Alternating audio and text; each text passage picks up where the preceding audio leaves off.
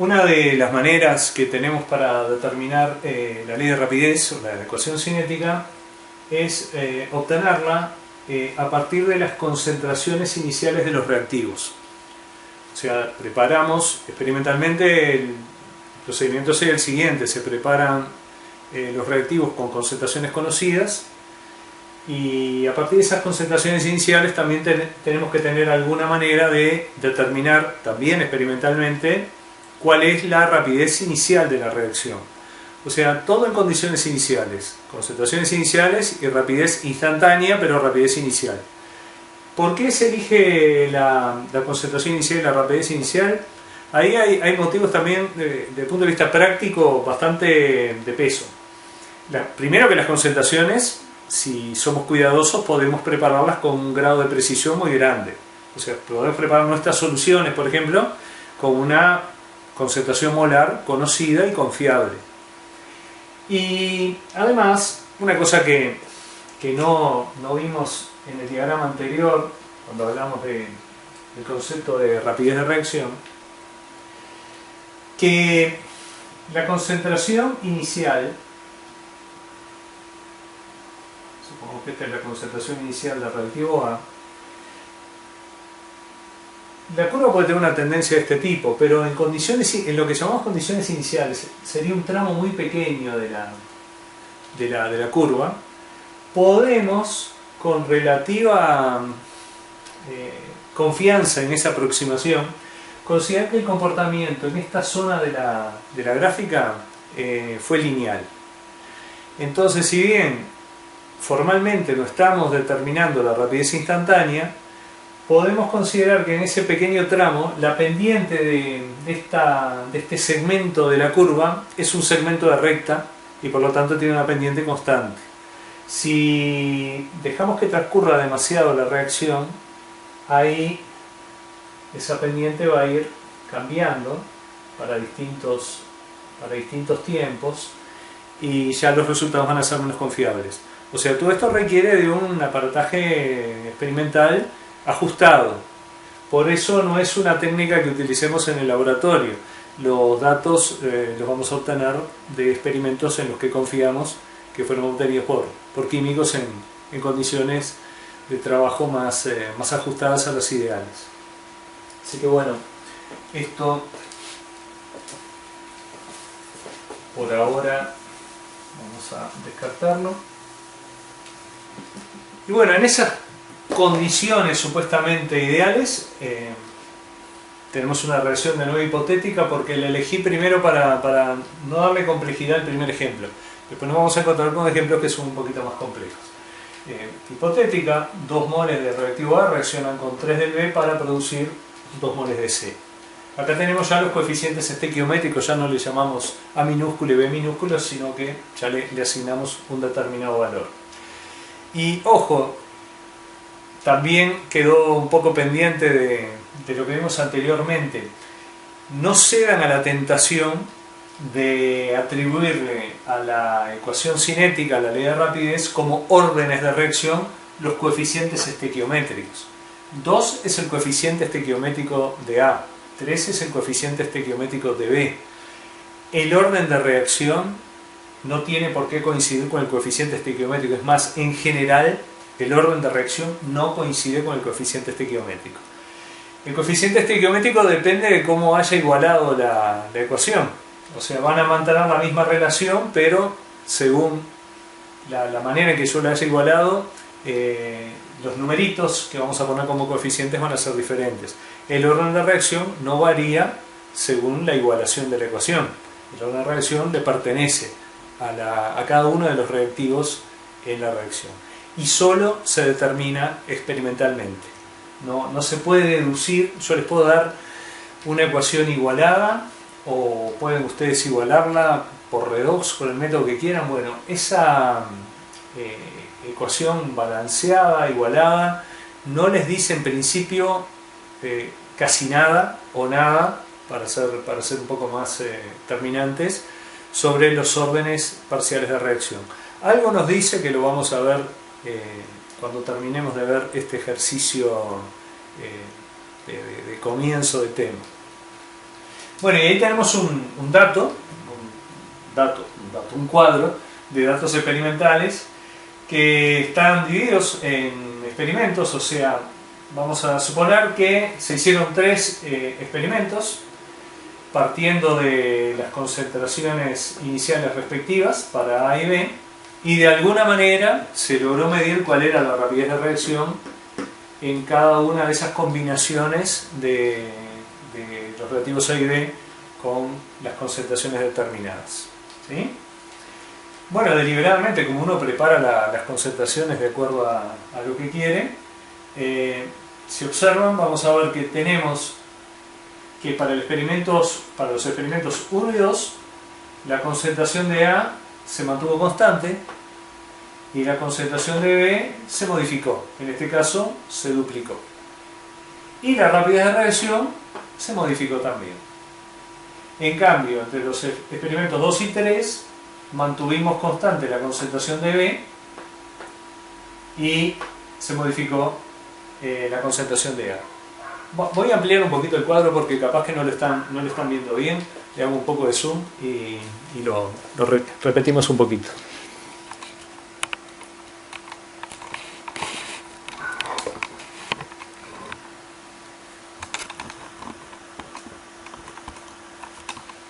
Ahí se ve un poco mejor.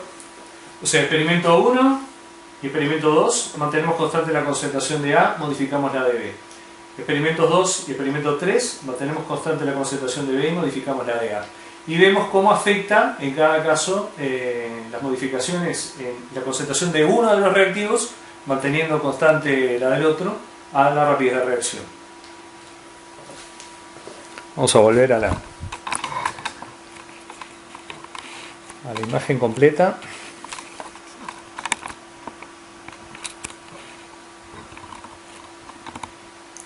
Ahí está. Bueno, hay una manera, cuando uno tiene datos tan evidentes, capaz que todavía no les resulta evidente, les parece chino básico, pero van a ver que después el ojo se entrena y el juicio también, como para sacar conclusiones sin necesidad de hacer todo lo que vamos a hacer. Pero vamos a dar un método general, digamos, de resolver este tipo de situaciones. Bueno, lo que hacemos es elegir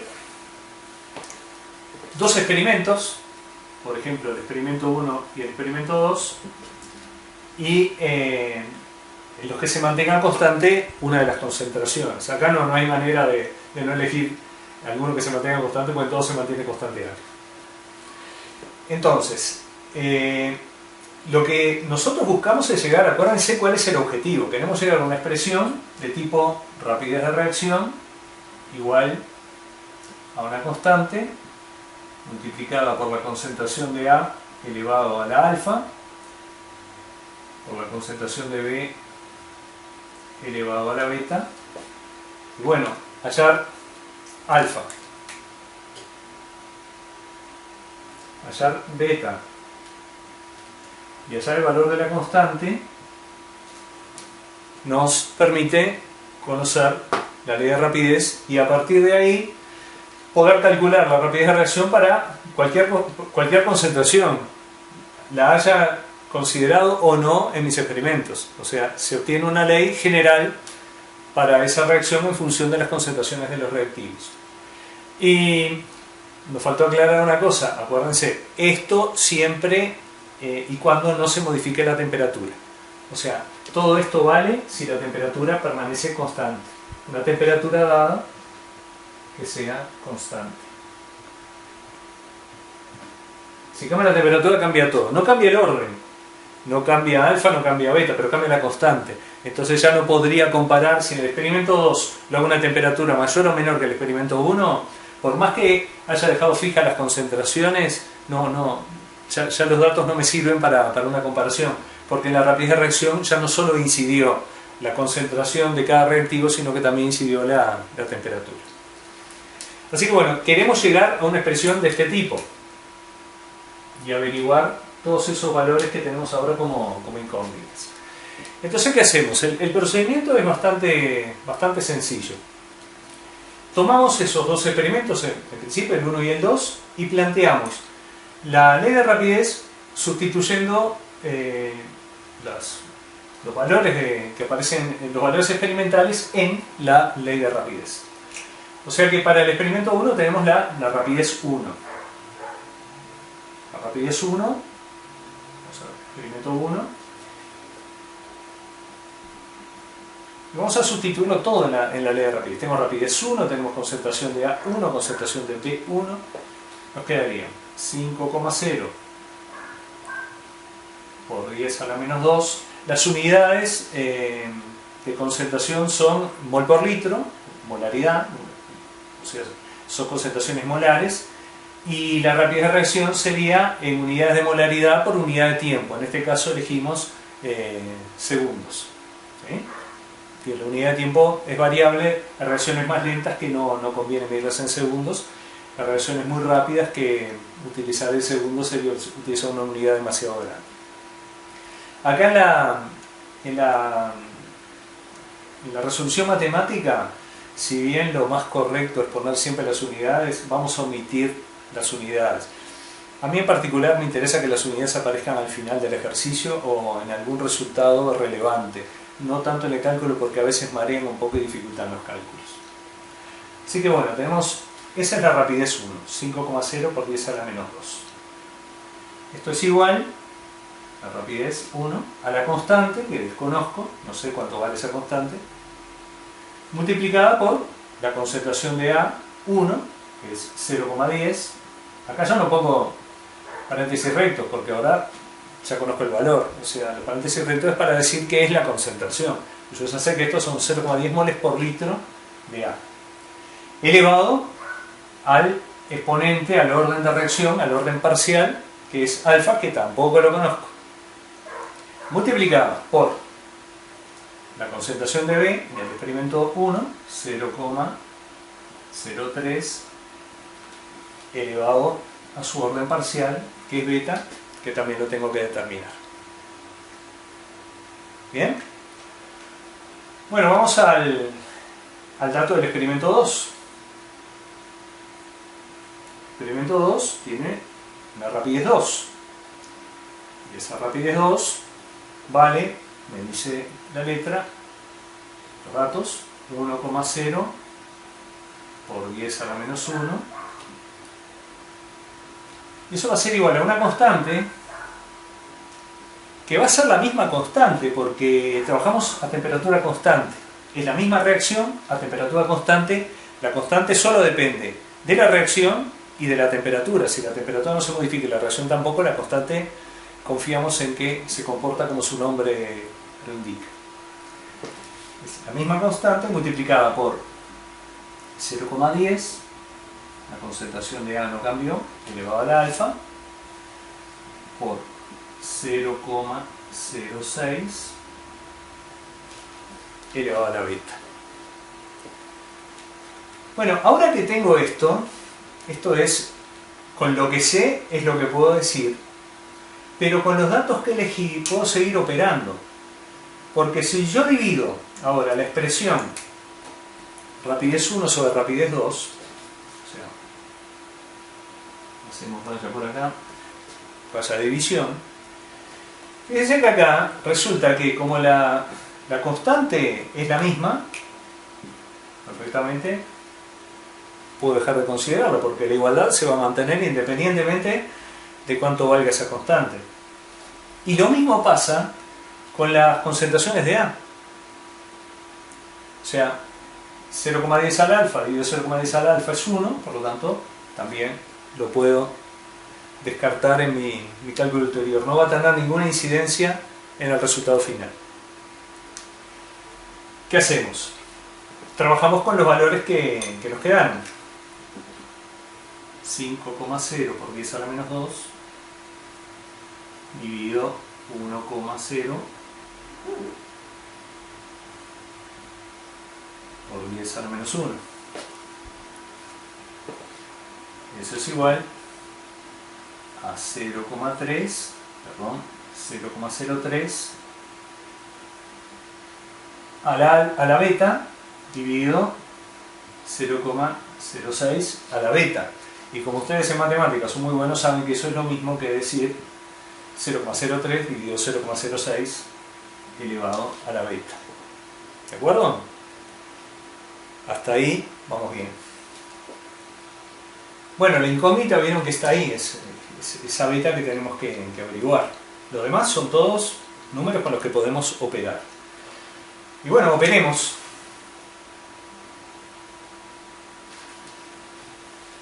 5,0 por 10 a la menos 2 dividido 1,0 por 10 a la menos 1 es 5,0 por 10 a la menos 1, ¿no? O sea, potencias de igual base, distinto exponente, cuando se dividen, se deja la misma base y se restan los exponentes. Me quedaría menos 2 menos menos 1, menos 2 más 1 es menos 1. O sea, sería 5 por 10, 5,0 por 10 a la menos 1. 5,0 por 10 a la menos 1 lo podemos poner como 0,5. Si lo hacen con la calculadora van a ver que esto le da 0,5.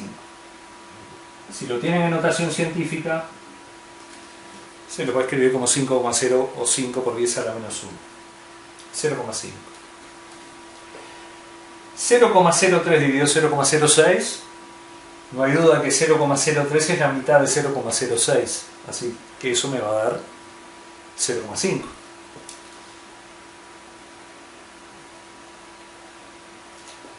0,5 elevado a la beta. Y bueno, acá capaz que alguno de ustedes ya me está diciendo cuánto vale beta. A veces no es tan evidente, entonces cuando no es tan evidente debemos calcularla siguiendo un procedimiento un poquito más largo. Ahora enseguida podemos ver también cuando es así de evidente y nos damos cuenta por qué no necesitamos hacer lo que vamos a hacer a continuación. Cuando yo tengo como incógnita un exponente, o sea, la incógnita es beta, el exponente beta,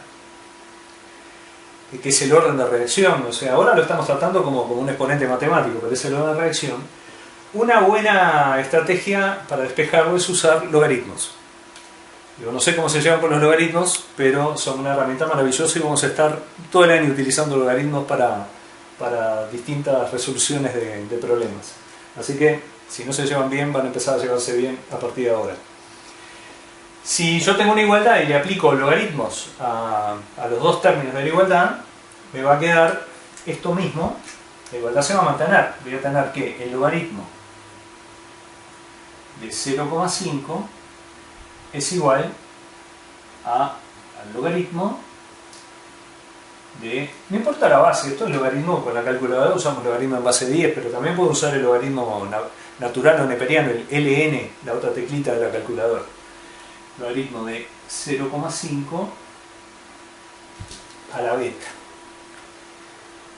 Y ustedes me dirán, bueno, bárbaro, sí, le aplicaste el logaritmo, lo único que hiciste fue complicarla, porque mantuviste la igualdad, pero la incógnita sigue estando ahí.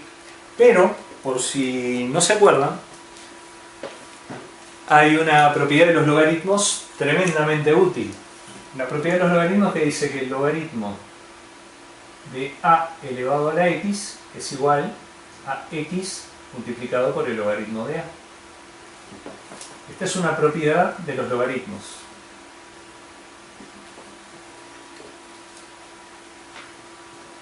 Utilícenlo si no vieron la fundamentación teórica. Esto se puede demostrar, pero vamos a dejarle un poco de trabajo a los profesores de matemáticas. Si no conocen la fundamentación teórica, utilícenlo como una regla. O sea, el exponente del número al que le estoy aplicando el logaritmo lo puedo pasar como coeficiente y se mantiene el valor, o sea, vale lo mismo. Quiere decir entonces que el logaritmo de 0,5 a la beta lo puedo escribir como beta por el logaritmo de 0,5, utilizando esta propiedad de los logaritmos. Entonces fíjense que es sencillo. Me quedaría esta igualdad de esta manera: logaritmo de 0,5 es igual a beta por el logaritmo de 0,5. Y ahora acá tengo un producto y tengo que despejar beta. Bueno, ¿qué le está haciendo el logaritmo de 0,5 a beta? Le está multiplicando. Lo paso para acá dividiendo. Entonces me quedaría Entonces ahora lo único que tenemos que hacer es despejar beta, ¿no? Pasamos dividiendo, beta igual logaritmo de 0,5 dividido logaritmo de 0,5, lo cual evidentemente me va a dar 1. Así que hallamos el orden parcial de reacción con respecto a B. O sea, beta es igual a 1.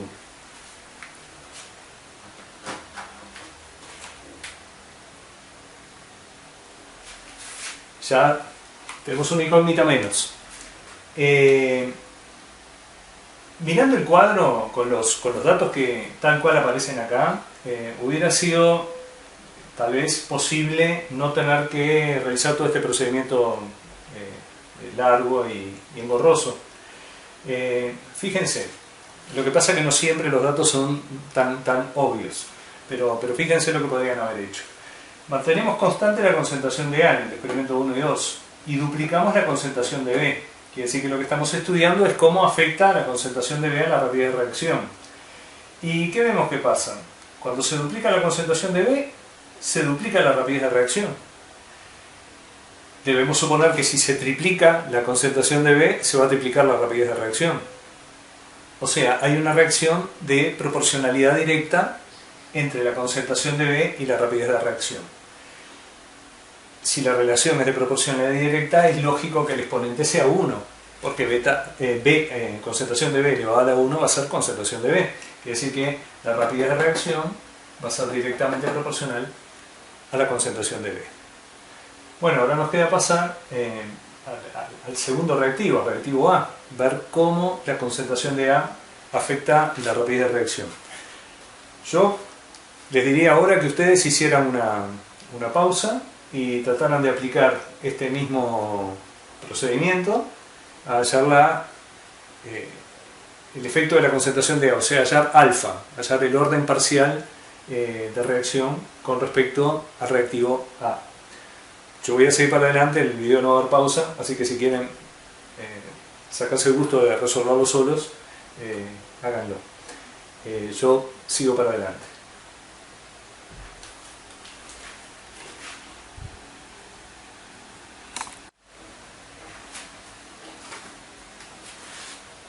¿Lo resolvieron? Bueno, ahora evidentemente lo que tenemos que hacer es tomar dos experimentos que dejen constante la concentración de B y ver cómo la concentración de A afecta a la rapidez de reacción. Y vamos a tomar los únicos dos que cumplen con esas condiciones, que son el experimento 2 y el experimento 3. Acá la concentración de B permanece constante y la concentración de A se duplica. Vamos a notar lo que ya sabemos, los éxitos logrados hasta ahora. Sabemos que beta, el orden parcial con respecto a B, vale 1.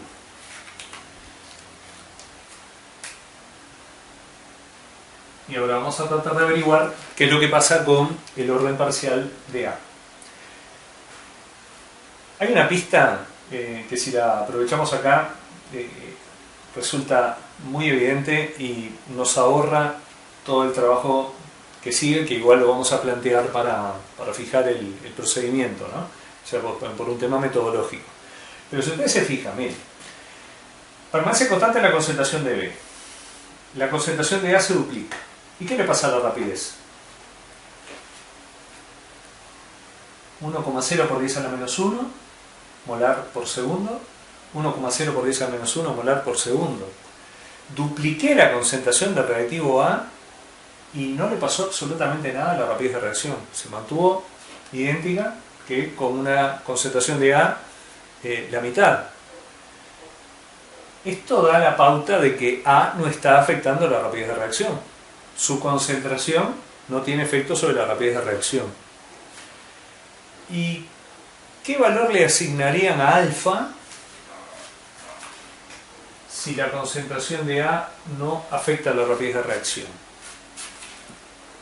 ¿Cuál sería el único valor posible para que la concentración de A no afectara la rapidez de reacción? Que, ojo, si no la afecta, quiere decir que en la ley de rapidez podemos omitir al reactivo A, porque si no está teniendo ningún efecto, no tiene sentido incluirlo en una ecuación en la que no tiene participación. Y bueno, la única manera de que la concentración de A no afecte a la rapidez de reacción es que alfa valga 0, porque cualquier otro valor que tenga alfa me va a dar A, concentración de A elevado a la alfa, me va a dar algo distinto de 0. Y si modifico la concentración de A elevado a cualquier exponente distinto de 0, me va a dar un valor diferente. Así que la única posibilidad es que alfa valga 0. ¿Por qué? Porque cualquier número elevado a 0 da 1. Y si la concentración de A elevada a la alfa me da 1, no afecta a la rapidez de reacción. Así que ya sabemos cuánto vale alfa. No tenemos por qué calcularlo por el procedimiento largo. Alfa vale 0. O sea, el orden parcial de reacción con respecto al reactivo A es 0. Pero habíamos dicho que lo íbamos a ver y me parece que corresponde que lo veamos. Vamos a tomar entonces el experimento 2 y el experimento 3. Ya lo podemos plantear directamente, o sea, el 2 y el 3. Y plantear el cociente entre la rapidez del experimento 2 y la rapidez del experimento 3. Y eso nos lleva, sustituimos en la expresión de la ley de rapidez. Ya ahora sabemos cuánto vale beta, pero podríamos haber empezado por estos dos experimentos y tendríamos que utilizar, digamos, los datos sin saber el valor de beta. Así que vamos a hacerlo como si partiéramos de 0. Tenemos 1,0 por 10 a la menos 1, que es la rapidez en el experimento 2, dividido 1,0 por 10 a la menos 1, que es la rapidez en el experimento 3. Ya es evidente que este cociente nos va a dar 1. Es igual a la constante, que repito, la constante, si no cambió la temperatura y si estamos estudiando la misma reacción, va a tener el mismo valor. La constante por 0,10 elevado a la alfa, que la desconozco, por 0,06 elevado a la beta, que como ya sé que beta vale 1, ya puedo dejarlo así porque acá hay un 1, pero no vamos a andar poniendo exponente 1 porque ya está implícito en la notación convencional. Pasamos raya y dividimos constante, la misma constante, 0,20 es la concentración de A elevado a la alfa, por 0,06 elevado a la beta, que de nuevo es 1. Otra vez podemos mantener la igualdad eliminando las constantes, que su cociente va a dar 1, tiene el mismo valor, y este 0,06 dividido 0,06 también, porque su cociente va a dar 1. Y esto ya sabemos que era 1.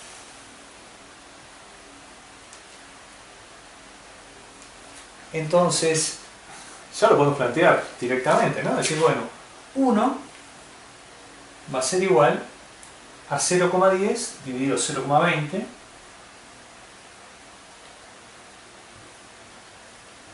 elevado a la alfa.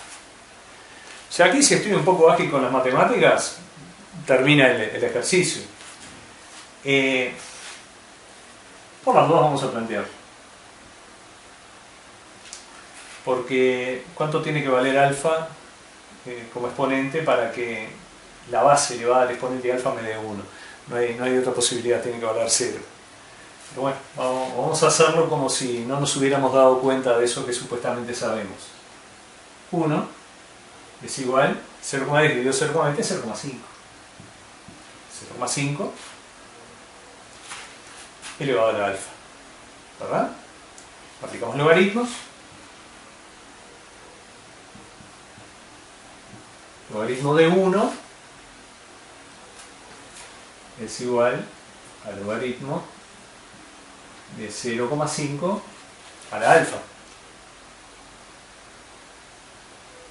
Por lo tanto, logaritmo de 1, ¿cuánto vale el logaritmo de 1?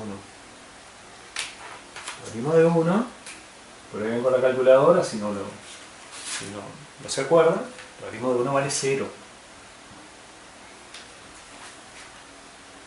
¿Sí? Función logarítmica, por las dudas que estén olvidados. En matemática la van a ver con creces, pero la función logarítmica, vamos a ponerlo acá en verde, es lo que estamos usando para propiedades de los logaritmos. La función logarítmica, si yo tengo un valor x y grafico en el eje de ordenadas el logaritmo de x, la función logarítmica tiene esta forma. O sea, no existe para valores negativos, no hay logaritmo de números negativos, y tiene un cambio de signo. Acá es negativa la función, acá es positiva, y en este punto la función logarítmica corta el eje de las x. ¿Y cuánto vale x en ese punto en el que el logaritmo vale 0? Vale 1.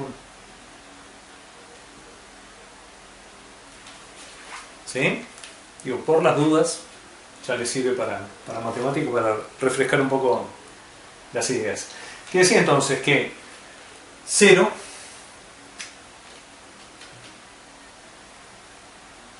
es igual, vamos a aplicar la propiedad del logaritmo ya en un solo paso, alfa por el logaritmo de 0,5. Y ahora de nuevo, acá tengo un producto, alfa por el logaritmo de 0,5 es igual a 0. Despejo alfa, paso dividiendo el logaritmo de 0,5, puede tener cualquier valor, el logaritmo de cualquier valor, si lo paso dividiendo, 0 dividido ese logaritmo me va a dar 0. 0 dividido logaritmo de 0,5. Por lo tanto, confirmado,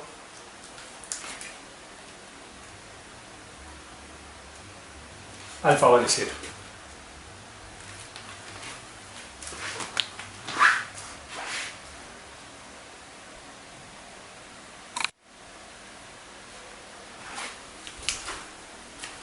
Ya tenemos los dos órdenes parciales de la reacción. Beta igual 1, alfa igual 0. El orden total va a ser la suma de los órdenes parciales. El orden total no lo utilizamos muy a menudo, pero el orden total sería 1 más 0, 1. Quiere decir que ya estamos en condiciones de escribir la expresión completa de nuestra ley de rapidez o ecuación cinética para esta reacción. La ecuación cinética ahora sería R igual a la constante, que ahora la vamos a calcular para la temperatura del experimento, la constante multiplicada por la concentración de A la 0, esto sabemos que vale 1, por la concentración de B a la 1. ¿Sí? Y bueno, limpiemos un poco la expresión acá porque hay una cantidad de cosas innecesarias o directamente redundantes. La rapidez de reacción va a ser igual a la constante específica para esa temperatura por 1, entonces no lo pongo, A la 0 vale 1, esto vale 1, por B elevado a la 1, o sea, por la concentración de B elevado a la 1, o sea, por la concentración de B. Esta es la ley de rapidez para esta reacción hipotética que estamos estudiando. Esta es la ley de rapidez.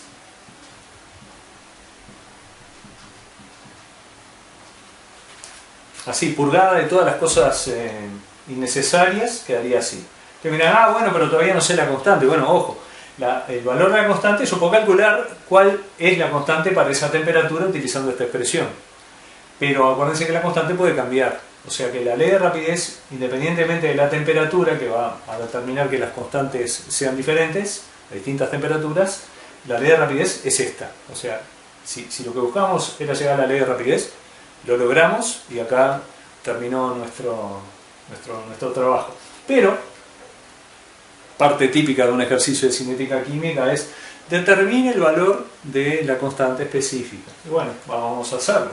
Muy sencillo, ¿no? O sea, supongamos que alguien nos pregunte, y bueno, ¿cuánto vale la constante a la temperatura del experimento? Muy simple, elegimos cualquiera de los experimentos porque confiamos en todos por igual, o sea, fueron los experimentos en los que nos basamos para hallar los órdenes parciales, quiere decir que tenemos que tenerle cierta confianza. Y bueno, elegimos cualquiera, con la serie de datos, o sea, no crucemos datos, usamos los datos de la misma fila, ¿no? Y sustituimos, y a partir de ahí despejamos el valor de la constante. Por ejemplo, elegimos el experimento 1. Bueno, la rapidez de reacción 5,0 por 10 a la menos 2, ¿sí? Molar sobre segundo, es igual a la constante que quiero averiguar. Y acá directamente a A no lo incluyo, porque si no lo incluyo en la ley de rapidez no tengo por qué incluirlo ahora. No voy a poner 0,10 elevado a la 0. Directamente A, que sé que me incide, no lo incluyo. La constante por 0,03. ¿Sí? Entonces, pasamos dividiendo y tenemos el valor de la constante. La constante va a ser igual a 5,0 por 10 a la menos 2. Vamos a ponerle unidades acá porque la constante tiene unidades. Entonces, es interesante trabajar ahora sí con las unidades para atribuírselas a la constante. Molar, perdón, sobre segundo dividido 0,03 mol por litro, o sea 0,03 molar. ¿De acuerdo?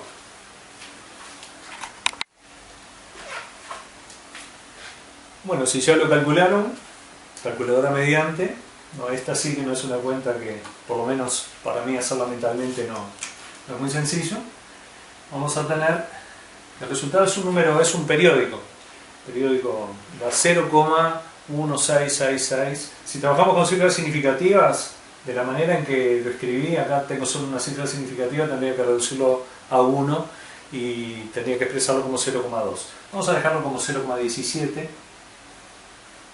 Ese sería el valor de la constante a esa temperatura. A una temperatura mayor seguramente este valor se va a incrementar. Y también es interesante ver qué unidades tiene la constante. Acá tenemos que las molaridades, esto es mol por litro y mol por litro, se me van a ir. Y la unidad de la constante, que hasta en eso es variable la constante, tiene distintas unidades según los órdenes de reacción que tenga con respecto a cada reactivo. En este caso, las unidades de la constante van a ser 1 dividido segundo, o segundo a la menos 1. Segundo a la menos 1 es 1 dividido segundo. Ustedes lo pueden anotar como quieran. Segundo a la menos 1. ¿Sí? Y ese es el valor de la constante a esa temperatura. Así que bueno, ahora sí tenemos prácticamente todo lo que podíamos conocer de esta reacción, que es hipotética, pero que nos sirvió para bastante. Lo averiguamos. ¿Alguna cosita más, algún comentario, ya que tenemos el pizarrón armado? Fíjense en lo siguiente, no hay coincidencia en ningún momento entre los coeficientes estequiométricos, el 2 para el A y el 3 para el B, con los órdenes parciales de reacción. O sea, coeficiente estequiométrico de A es 2, orden de reacción con respecto a A es 0, coeficiente estequiométrico de B es 3, orden de reacción es 1. Cuando no existe coincidencia, a veces hay coincidencia, puede haber coincidencia, y esa coincidencia entre el coeficiente estequiométrico y el orden de reacción nos podría estar diciendo, no con certeza, habría que confirmarlo, pero nos podría estar diciendo que la reacción está ocurriendo en un solo paso. O sea, si como en este caso no hay coincidencia entre los coeficientes estequiométricos y los órdenes de reacción, acá sí tenemos la certeza de que esta reacción ocurre a través de un mecanismo, o sea, 2 o más pasos. Y nos dice más, nos dice incluso que el mecanismo, ese mecanismo de reacción, que puede tener un número determinado de pasos, tiene etapas en las que A no es relevante su participación, o sea que la etapa determinante de la rapidez de reacción no involucra al reactivo A, porque por algo la concentración de A no está afectando la rapidez de reacción. Así que el hecho de que no coincidan los órdenes parciales de reacción con los coeficientes estequiométricos me da la certeza de que esta reacción ocurre en 2 o más pasos, en lo que llamamos un mecanismo de reacción. En el caso de que coincidieran, supongan que nos hubiera dado coincidentes los coeficientes estequiométricos 2 para A, como el orden de reacción 2 y 3 para B, en ese caso cabría la posibilidad de que la reacción ocurriera en un solo paso, pero tampoco es seguro. A veces hay coincidencia, ¿sí?, entre orden de reacción y coeficiente estequiométrico, pero la reacción ocurre mediante un mecanismo, no ocurre en una sola etapa. Por otra parte, ya que le sacamos más el jugo todavía, si la reacción ocurriera en un solo paso, esta reacción ocurriera en un solo paso, el orden con respecto a A debería ser 2 y el orden con respecto a B debería ser 3. Eso estaría significando que 2 moléculas de A y 3 moléculas de B chocaron con la orientación adecuada, o sea, con una geometría de choque adecuada y con la energía adecuada, como mínimo, para que la reacción ocurriera en un solo paso. O sea, un choque eficaz que involucra a 5 partículas, con la orientación adecuada y con la energía adecuada. Eso es tan improbable que es imposible. O sea, si una reacción tiene una molecularidad dada por estos coeficientes estequiométricos, ustedes ya al tener la ecuación igualada no podrán decir absolutamente nada sobre su cinética más que esto: esta reacción seguro que no ocurre en un paso, porque la probabilidad de que 5 partículas choquen con la orientación adecuada y con la energía adecuada para producir una reacción química, o sea, choquen eficazmente de esa manera, es nula. Es nula. De hecho, prácticamente es nulo la probabilidad de que 3 partículas choquen. En algunos casos ocurre, pero es altamente improbable. Generalmente las reacciones van a tener órdenes que andan entre 0, 1 y 2. ¿No? Muy difícilmente vamos a tener un orden de reacción de 3, aunque no es totalmente imposible. De ahí para arriba la probabilidad es tan baja que directamente la despreciamos. Bueno, esto sería una de las maneras de conocer la ley de rapidez, o sea, conocer los órdenes de reacción a partir de datos experimentales. Habrán visto que en este tratamiento en ningún momento tuvimos como variable el tiempo. Si bien la rapidez es concentración o variación de concentración por unidad de tiempo, el tiempo no fue una variable de por sí. En lo que viene ahora, a posteriori, vamos a estudiar justamente la incidencia del tiempo en la concentración y qué vínculo hay, qué vínculos matemáticos hay entre la concentración de un reactivo y el valor de la concentración de ese reactivo y el tiempo. Pero eso en el próximo video.